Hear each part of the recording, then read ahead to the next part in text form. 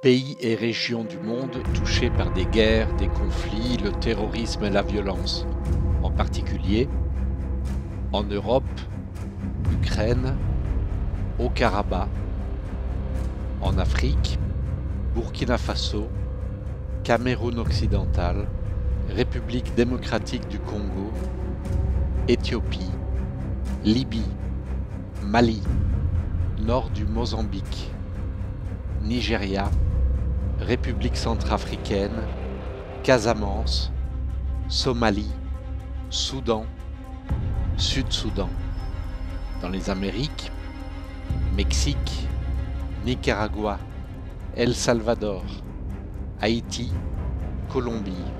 En Asie, Afghanistan, Irak, péninsule coréenne, Liban, Myanmar, Syrie, Yémen, Terre Sainte.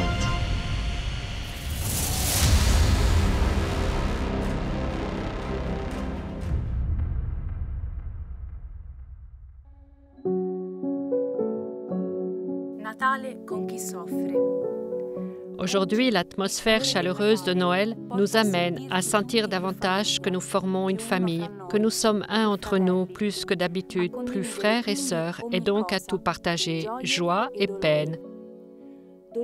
Peine surtout avec ceux qui, pour les raisons les plus variées, passent ce Noël en tête-à-tête avec la souffrance. La souffrance, celle qui, par moments, envahit complètement les personnes, ou bien celle qui nous effleure et qui, au sein de nos journées, mêle l'amertume à la douceur. La souffrance, une maladie, un malheur, une épreuve, une circonstance douloureuse. La souffrance. Si l'on considère la souffrance d'un point de vue seulement humain, on est tenté d'en chercher la cause en nous ou en dehors de nous, dans la méchanceté humaine par exemple, ou dans la nature, ou ailleurs. Tout cela est peut-être vrai, mais si nous nous limitons à le voir ainsi, nous passons à côté de l'essentiel. Nous oublions que Dieu, avec tout son amour, est derrière la toile de fond de notre vie. Et il veut ou permet tout cela pour quelque chose de plus grand, notre bien.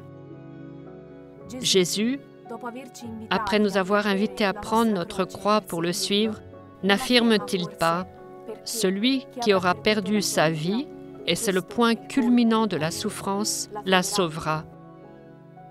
La souffrance est donc espérance de salut. Que dire alors aujourd'hui à ceux qui sont prises avec la souffrance? Approchons-nous, les tout d'abord avec un immense respect. Même si eux-mêmes ne le savent pas en ce moment, ils sont visités par Dieu. Ensuite, dans la mesure du possible, partageons leur croix, en gardant réellement avec eux la présence de Jésus au milieu.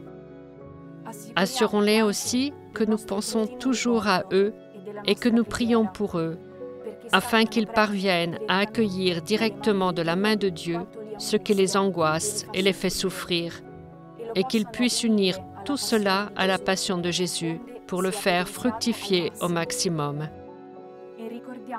Et rappelons-nous ce merveilleux message chrétien de notre spiritualité, selon lequel une souffrance aimée, après y avoir reconnu le visage de Jésus crucifié et abandonné, peut se transformer en joie.